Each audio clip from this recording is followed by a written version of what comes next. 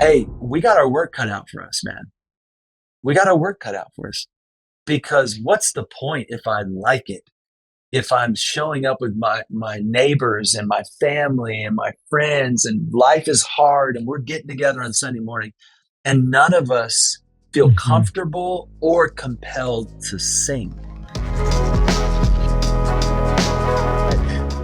When you're looking at what the church sings, okay, so like this is like we've now exited the creative zone, we've innovated, it's went through the threshing floor, as you would say, of the studio, and the pastors have gotten their hands on it and theologically checked it out. Like how are you guys at Worship Initiative maybe even thinking about the wider church and how you're doing this, because you guys have a much wider reach, so maybe this might even be like a higher call, but then like how can we as the local church like kind of curate this stuff and begin like getting it in our people's hands and begin getting it in their voices and in their singing? And how do we, maybe are there parameters you set around that for protection? Obviously, I know we went through those at the beginning with the convictions, and maybe this is a full circle moment. But maybe even if it's just like, hey, this isn't like something we're going to sing on a Sunday. I know Worship Initiative has many different albums and types of things that are built for different spaces. How do you guys think about that, I guess? And then maybe Oh, how I would you love advise the church to think about it? No, I love it, man. You just have to cut me off because this is stuff I get fired up about right here, man. Let's go. And The and floor is I yours. You know. and hopefully I don't sidetrack us too much, but I think one of my passions right now and is just this idea that singing and expression for most churches, most of the people of God is and by the way, I'm going to reference some research here.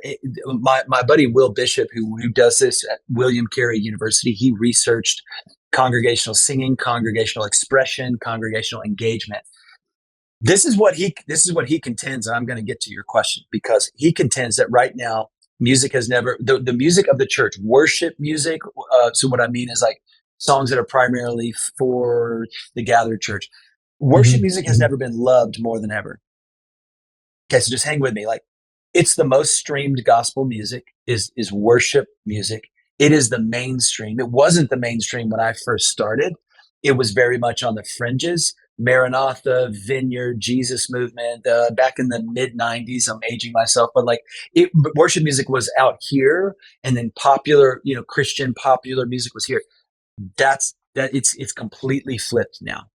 The most mhm, popular music in the gospel realm is worship music. Okay, so he's contending worship music's never been more loved, whatever that means for you. At the same time, worship music has never been sung out loud less. And he's not just saying recently, he's saying in thousands of years, the people of God have gotten together shoulder to shoulder and they have mhm. sung out loud. They've sung out loud. And by the way, my friend Brian Chappell was here recently. He walked through the history of the singing church. It's crazy. He is saying people love it more than ever and they sing it less than ever. Okay, both of these things are true at the same time. Hey, we got our work cut out for us, man. We got our work cut out for us because what's the point if I like it?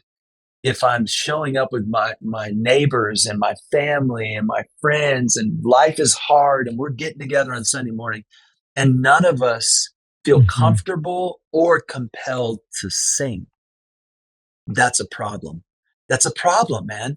And I'll just tell you right now, like singing in the home is on a major decline. Singing in the schools, music education, and opportunities for music in the schools is and that's not my research. You can find that. The government will Yeah. tell you like music education Mhm, in the church. There's less whatever you think about choirs or whatever it is. Like there's just less people as a part of like a music program within a church. In pop culture, the chasm between the singers and the non-singers has never been wider. And so I'm watching this like this TED talk recently, TJ, and this lady from Australia is saying, "How many of you are singers?" To this room of like I don't know, 1,000 people or more, and a few people raise their hand, just a few. How many of you are not a singer? You're a non-singer. The whole room just not non-singer. yeah. I mentioned American Idol earlier. I read this article recently. It's an op-ed by this producer who it was her idea in the beginning to make fun of the bad singers. So she walked in and said, "I got an idea. Let's mock the bad singer." You remember this? Like it was kind of like, Yeah. Yeah. yeah. I'm on my couch laughing. Yeah. She writes this op-ed years later, and she just says, "That was the biggest regret of my career." Someone expressing themselves and like trying to do something beautiful and creative and like from the heart, and here we are just pointing at them, and this Simon Mm. guy's just ripping them apart. It's like what what a regret that I have. So here's my point. I'm going to wrap this up because here's my point. I think all of this has made its way into Sunday morning, bro. I think the Mm-hmm. 9 out of 10 people who are the non-singers, the people who saw what's happening in pop culture, the singers, and if you're not a singer, we're going to make fun of you. And then there's no music education. I don't really sing. And by the way, I mean, you mentioned this earlier, people sing in other settings. Most public singing, I mean, honestly, to think about this, I'm not even trying to be funny, but like most public singing involves alcohol. Yeah. It does. It's like if I go to a concert, the people who are singing probably are 2 beers in. If I go to a baseball game and the people who are really singing the seventh inning stretch, whatever's happened, take me out to the ball game, they're a couple beers in. Most karaoke involves alcohol. The only public singing that hopefully is sober human beings is Sunday morning. Okay. Yeah.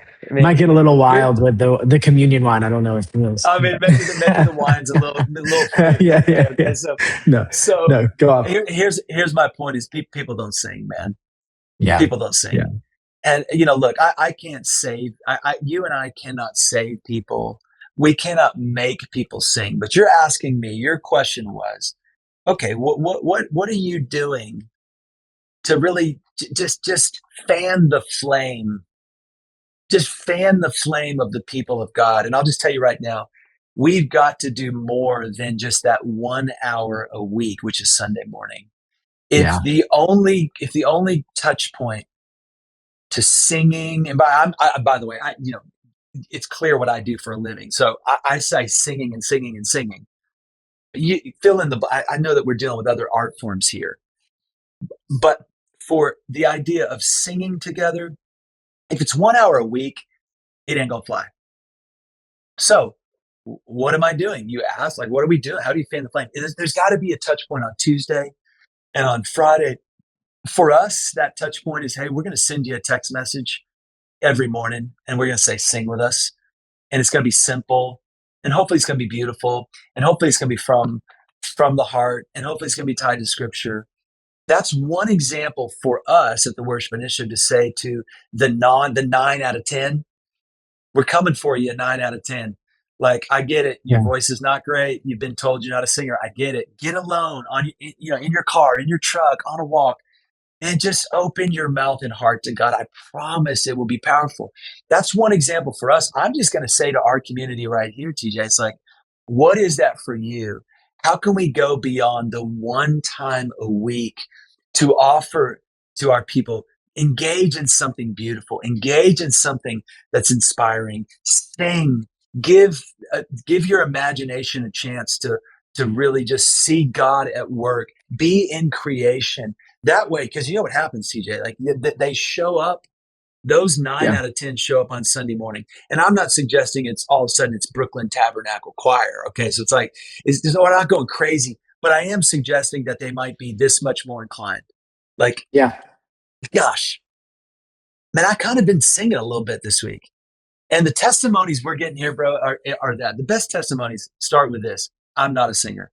I promise you today, we will get an email from someone that says, I'm not a singer, but you guys just keep hammering me.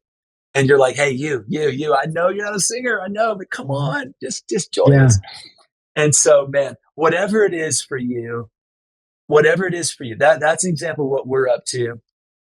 Whatever it is for you, fan the flame with beauty and creativity and God's word through the course of the week. And let's strengthen Sunday morning beyond that 1 hour in the week.